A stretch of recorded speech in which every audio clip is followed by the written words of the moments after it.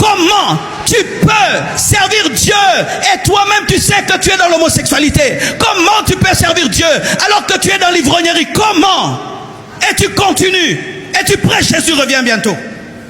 Tu ne t'aimes pas. Tu ne t'aimes pas. Tu ne t'aimes pas. Aime-toi un tout petit peu. Aime-toi un tout petit peu. Servir Dieu dans le péché est un grand danger. Parce que tu vas tomber dans des apparences.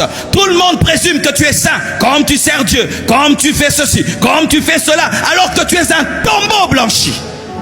Lorsque tu vas au cimetière, surtout chez nous au Bas-Congo, vous savez ce qu'on fait? On construit des maisons pour les morts alors qu'il y a des vivants qui n'ont pas de maison.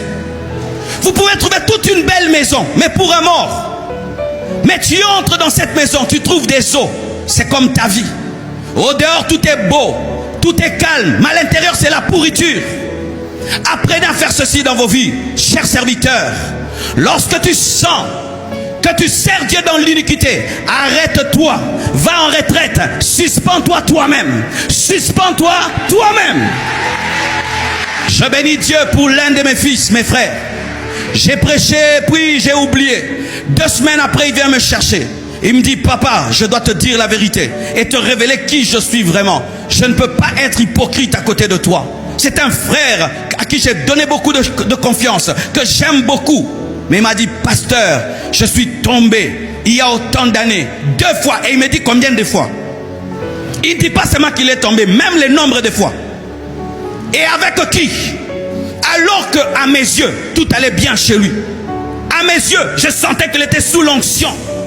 Mais il a brisé la glace. Et il m'a dit, pasteur, fais de moi ce que tu veux. Si tu veux me faire asseoir, si tu fais ce que tu veux, mais je ne peux pas servir Dieu dans l'hypocrisie. Cet homme-là ira au ciel. Cet homme-là a compris une chose, que servir Dieu c'est bien, mais rencontrer le maître de l'œuvre c'est mieux. Rencontrer le maître de l'œuvre c'est mieux. Il veillait pourquoi? Il veillait parce qu'il savait que son maître allait venir. Ne peut veiller que celui qui sait que le maître revient. Est-ce que vous croyez encore que le maître revient?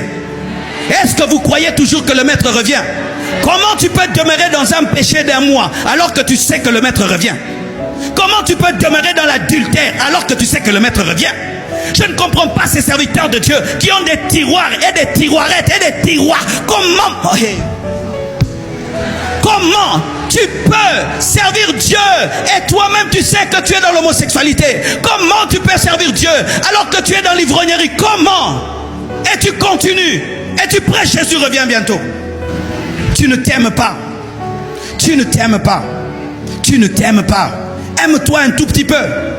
Aime-toi un tout petit peu. ôtez vos masques, mes frères. ôtez-les, enlevez-les. Retirez-vous. Allez devant Dieu.